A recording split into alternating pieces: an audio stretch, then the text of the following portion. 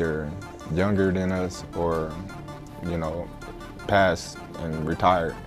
So why not? You know, I want to challenge myself. The best always looking to fight the best and challenge themselves, you know, and why not, you know, challenge. Terence Crawford can't beat him, right? This is a money grab for Terence Crawford. It's just a situation where Terence Crawford is trying to fill up his bank account opposed to actually his legacy. But if you study Floyd closely like I have, you will notice that he never wastes any steps while he's in the ring. During a live interview with Stephen A. Smith, Terence Crawford reportedly accepted Floyd Mayweather's fight offer. Crawford explained that boxing, for him, is about testing limits and embracing the biggest challenges. He emphasized that the best should always fight the best, and with calm confidence, he made it clear that facing Mayweather would be another way to prove himself and exceed expectations. Man, because this is Terence the businessman talking, right? They got to pay the cheddar to make it better, right? For sure, for sure. All money ain't good money, so you got to know that. Okay, fair enough. I hate to use the word easy, but at times it did feel like you were, you know, having a really easy time out there. Were you expecting it to play out that way? Listen, it's never easy, you know.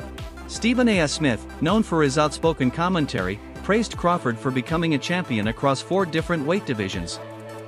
He described this as more than a casual compliment, it's recognition of a rare achievement in modern boxing. In an era where fighters often avoid moving up due to the risks, Crawford's dominance in 4 divisions sets him apart. Stephen A. stressed that this adaptability, combined with technical mastery, mental toughness, and relentless ambition, cements Crawford as one of the all-time pound-for-pound greats. Terence Crawford is the best fighter on the planet. Pound for pound, he's that dude. In this 4-belt era, he is now the undisputed world champion 3 times over. 140 pounds, 147, now 168 pounds, claiming all the belts. You don't see people doing that very often. Going up against a guy who was perceived as being bigger and stronger, Crawford was strong. Crawford was strong enough to fend him off, strong enough to make him respect his own power. He used his jab, he used his distance. He had poise in the ring, he wasn't rattled. He backed up and moved when necessary and kept us different. He exchanged enough to gain respect when necessary. It was a brilliant, brilliant, masterful fight on Terence Crawford's part. Roy Jones Jr., a legend who himself reigned across multiple divisions, praised Crawford's brilliance in the ring. He noted that in Crawford's fight with Canelo Alvarez, Crawford combined lessons from Floyd Mayweather and Erislandy Lara, both of whom had troubled Canelo in different ways. Jones admired Crawford's ability to study, adapt, and integrate those tactics into his own rhythm, rather than simply imitating them. This adaptability, Jones argued, sets Crawford apart from fighters who rely on one style and struggle against elite opposition. As Canelo Alvarez has been a great fighter his whole career, people like Erislandy Lara gave you the blueprint on how to beat him. People like Floyd Mayweather also gave you the blueprint on how to beat him. But Bud is more fierce, more fearsome and more angrier and more meaner than both of those guys. So you know if they showed you the blueprint, Bud gonna go out there and take that blueprint and do even more with it, which is what Bud did. So it was never a question in my mind whether Bud really was going to outbox me, just if he could take the punch. And right away he showed, bam, he could take the punch. So I knew from that point, if he just slow him down, which he did, he'd be okay. Then late in the fight, what other people still didn't see, late in the fight, Bud started hitting Canelo's body. One of those body shots, I think about the 7th or 8th round, hurt Canelo. I was like, whoa. Bud hit him in the right spot there, and he got Canelo's respect with that too. So Bud fought a very, very awesome fight, fought a beautiful fight, very tactical. Very controlled. Yes, it was a beautiful fight for boxing. It was a beautiful fight. You know, Bud got hit with some shots. He did. He did. He got hit with some single shots going out. You know, he's going out, and you know Canelo, if he has you trapped in the corner or along the ropes, it's typically 1 to 2 big shots. You know that if you've watched him. Yep. So you could tell Crawford, as he was going out, he knew the one shot was coming, and several times it landed. He even got hit with a 2-piece. I don't remember what round it was, uppercut right hand that Crawford took well. So when you started seeing him absorb the shots, if you're Team Crawford, you don't want him to take that shot. But if you started seeing that, now you know that, okay. And I think that's what gave Crawford the green light to stay there a little bit longer. He smiled about it. he smiled about it. Yeah. And sometimes that smile can be a lie, and sometimes that smile can mean what I think it meant for Crawford, which is, oh, that's not as bad as I thought it was. The idea of Crawford facing Mayweather, even in an exhibition, has sparked heated debate. Critics argue that such a fight risks undermining Crawford's legacy, suggesting it would be a financial move rather than a pursuit of competitive glory. They point out that Mayweather's recent career has been dominated by high-paying exhibitions rather than legacy-defining bouts. Others, however, believe Crawford's legacy is already secure, and that a showdown with Floyd would simply add another fascinating chapter to his story. For Terence Crawford, it's just a situation where Terence Crawford is trying to fill up his bank account opposed to actually his legacy. This is what was being said, right? This is what people perceive. Terence Crawford was just attempting to cash out. When comparing Mayweather and Crawford, things get complicated. Floyd's resume features some of boxing's greatest names, but critics often highlight the timing of those victories. Canelo was still inexperienced when Floyd beat him, and Pacquiao entered their long-awaited 2015 bout injured. Floyd's reluctance to grant rematches, especially with Pacquiao, left unanswered questions. By contrast, Crawford has dominated opponents widely considered at their peak. This fuels debate about whether Floyd's perfection was the product of pure skill or calculated matchmaking. Floyd Mayweather is still greater than Terence Crawford. We need to really talk about this now. A lot of you guys are putting Crawford a bit too high. If you want to say Crawford could beat Floyd, I'm more open to that conversation, but when you're lining up the careers, I'm going to say Floyd every time. While they're both 5 division, Bud has become 3-time undisputed, but he's only fought 10 world champions to Floyd's 25 world champions. You can't take away the 5 division, 3-time undisputed. In terms of accolades, yeah, he probably gets the nod over Floyd. I say their accolades are about relative, considering Floyd Mayweather won Fighter of the Decade as well. But when you get to the resumes, Pacquiao, Oscar, Canelo, Cotto, Mosley, Castillo, Marquez, Zab, Gotti, Hatton, and Corley. There's probably way more people that this guy just didn't name. And then when you get to Bud's resume, not saying it's just bad, but the only names that's really worth mentioning is going to be Spence and Canelo. It's not a knock on Bud. Bud was not able to make those fights early on in his career. But I got to tell you guys what it is. Bud's resume just doesn't line up with Floyd's.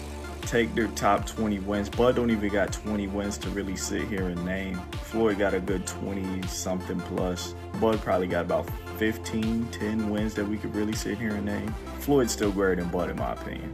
Boxing analyst Tony Jeff emphasized that Floyd Mayweather's greatest weapon wasn't just speed or defense, it was his mindset. Floyd's absolute belief in his ability to beat anyone, combined with supreme ring IQ, gave him a psychological edge. His ability to read opponents, adapt instantly, and remain calm under pressure made him appear unbeatable. According to Jeff, this combination of mental strength and technical precision is what allowed Floyd to retire with a flawless record. Strong mindset, they're really confident, they really believe in themselves, but you need more than that mindset. You need to have the full package of everything that I'm talking about what Floyd has got. Fighters should only want to get better. The more you win, the more you should work hard. If you think about losing, you're gonna lose. All I ever thought about was winning. So that's all I know. Floyd would visualize his success before he even stepped into the ring. There was no alternative to him but winning. And this mindset isn't just for boxing, it's for all walks of life. And I've actually done a full video talking about how I used this mindset of visualization to win my Olympic medal. And it was an absolute game changer. Now, Floyd used to use this mindset to ease the pressure that he put himself under. And he made himself think like, I'm not under any pressure right now, where he was under immense pressure. Pressure either makes you or break you. Well, you see where I'm at, so it's obvious that I'm the type of athlete or I'm the type of entertainer that can deal with pressure. There's never no pressure. Now, if you watch his fight in 2013 when he fought Canelo Alvarez, Canelo came in a young, strong, undefeated fighter, but by round 2, Floyd kind of had him figured out. He was reading Canelo's jab. He would slip outside and then come back with a clean counter punch, then move his feet and get out of the way. He basically had the full fight under control, and he was controlling the full rhythm of the fight. He was forcing Canelo to fight at his pace. And this is what he would do in all of his fights. He would get his opponent to do what he wanted them to do without their opponent even realizing it, which is what we call boxing IQ. Now, even though I'm not a fan of Floyd Mayweather personally, because of the time when I did meet him, what he said to me made me just feel like this guy is a piece. Fans are also buzzing about a potential showdown between Terence Crawford and David Benavidez. Known for his size, power, and relentless aggression, Benavidez represents a unique challenge Crawford has yet to face. Supporters see it as the kind of high-risk, legacy-defining fight that could push Crawford to new heights far beyond the appeal of exhibition bouts. Skill versus size, precision versus aggression, Crawford versus Benavidez is already considered a dream fight by many in the boxing world. Not me, but shocked the world. This past Saturday, Mexican Independence Day weekend, but he took on and defeated another first ballot Hall of Famer, but he essentially jumped up 3 weight classes, technically 2, from 154 to 168, but only had 1 fight at 154 last August against Israel Majimov. Terence Crawford defeated Saul Canelo Alvarez, who is a 4-division champion, 2-time undisputed super middleweight, and the reigning, at the time, super middleweight world champion, undisputed world champion. And Terence Crawford beat him handily and convincingly. And because he beat him so easily, now the 63 win, 3 loss, 2 draw, 39 win by way of knockout, biggest threat has been now imposed on Terence Crawford. And that's the Mexican Ecuadorian monster, David Benavidez, who is a 2-division undefeated world champion, is the 2-time WBC super middleweight and reigning WBC light heavyweight, 175-pound champion, who has a record of 30 wins, no loss, no draw, 24 wins by way of knockout. He stands 6'2" with a 75-inch arm. This is a fight that David Benavidez has been calling for Canelo Alvarez when he was at 168, and Canelo Alvarez strategically maneuvered around him. But Canelo Alvarez is 5'7" with a 70-inch arm reach, started his career at 147 pounds, made his real name at 154 pounds. He's not a big guy, okay? And styles make fights. Benavidez is 6'2" with a 75-inch arm reach.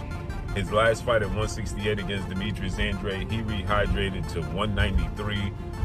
So he's a big guy. Canelo Alvarez probably rehydrate to 182, maybe 185 max, right? He's not a big guy, right? Comparisons between Mayweather and Crawford remain unresolved. Both men dominated their eras, though in very different ways. Floyd's perfect record in defensive brilliance made him untouchable in his generation, while Crawford's ability to rise through weight classes and dominate opponents speaks to his own extraordinary talent. Because their eras and circumstances differ so greatly, declaring one greater than the other may never be possible. What is clear is that both set the highest standard of boxing excellence. Oh my goodness, I said that was going to happen. If Crawford was to win, we're going to be seeing a lot of these debates on whether or not Floyd Mayweather or Terence Crawford is going to be better. Now this is going to be a debate for a long, long time. I'm talking about one of those debates like LeBron versus MJ, Messi versus Ronaldo. It's one of those. And the thing is, I can get behind it. Let me go ahead and say this. When it comes to resume, I do think we give Floyd Mayweather the edge. I mean, he beat a bunch of champions. He reigned for a long time. While Crawford, his resume is heavily criticized, and he's just not getting, his kind of respect for beating Errol Spence and Canelo Alvarez. But if we're talking strictly off of skills, this is where things get really, really tough to talk about. I think a fair assessment of this matchup would be Floyd Mayweather wins from 135 and 140, while Crawford wins from 147 to 154. And I say that because I feel like Floyd's style changed once he got to welterweight. He became a more defensive fighter, and he just wasn't as much focused on offense. And knowing this, I feel like Crawford would have had a much better chance of handling him. And we all know, Crawford was an absolute monster at welterweight. But hey man, like I said, this is going to be a debate for a very long time. I can't wait to hear all the talk about it. But I'm curious on your thoughts. Who do you think wins in the fight? Floyd or Terence Crawford? Let's talk about it, and follow me for more boxing talk. Trainer Greg Hackett described Crawford's win over Canelo as a symbolic power shift. By defeating a fighter who had been dominant for more than a decade, Crawford established himself as the new predator at the top of the sport. Hackett said the fight redefined boxing's landscape. Crawford didn't just add to his resume, he dethroned the most feared fighter of his time and became the one others must now fear. Because you gotta remember, Canelo is the guy right now in the sport that's supposed to be the man, you know, big bad wolf. You beat him, you the wolf. Now it's like, you know what I mean? Like, all right, who else I'm gonna fight? You beat the shark, you beat the wolf. Damn, like, you know what I mean? Ain't no more ops out there. It's ops out there, but who gonna make them really want to get up? That's the shit gotta make sense. Like you said, you be the shark, and you be the wolf. Yeah. But there's the monster. Yeah, there is, but that's like a real monster. Bro, that's to me it don't make sense, but that's what. Monster. Yo, is that proof? All right, we got the legendary Pape in the building. Legend. But what makes sense? Like, what makes the most sense? I know you said get a line of suits, Brooks Brothers. Yeah, you know what I'm saying? Your line of suits get your money. Get away, get the easy money. You ain't gotta sweat no more. What's up, Not saying you ain't gotta work, you ain't gotta sweat. He's paved a career where he could sit down at a table and get this money. He could come out with a Terence Crawford series now, just whatever, doing whatever he like to do. People gonna watch it. Nobody, the fighting part, people don't understand what it's like to be a fighter. A lot of times fighters really don't be interested in certain fights. It's cause when a guy see himself up here and then is fighting a guy down here, it don't interest him. So therefore when he train, he not gonna really train. He gonna train, but he not gonna train. He not gonna listen. He gonna feel like his coach taking it too serious, and he's like, man, this ain't even that. But I think there was enough action, and I think Crawford displayed his skill enough, even to someone with not the most trained eye, that they know they saw a very high-level athlete perform something at a very high level last night. I think he gained the sports world's attention last night and respect. He already did after Spence, but it went to another level in this fight. And I think even the fight itself, like just from a median level, but then the moments where they were having these exchanges, like kind of late in the fight, then people were like, all right, it was good. Then like, okay, I saw somebody like, they're squabbing, like there's a fight here. So I think it did. And Crawford closed the show. Yeah. In 10, 11, 12, he stood in there and landed some hard shots and rocked Canelo at the bell. He didn't. When James was talking about the great Floyd Mayweather, Floyd would go up on you 8-0 and then coast, and you might as well turn the fight off at midway through the ninth. Like, you know, he's not gonna. But Crawford didn't do. That's it for today's video. Stay tuned for more.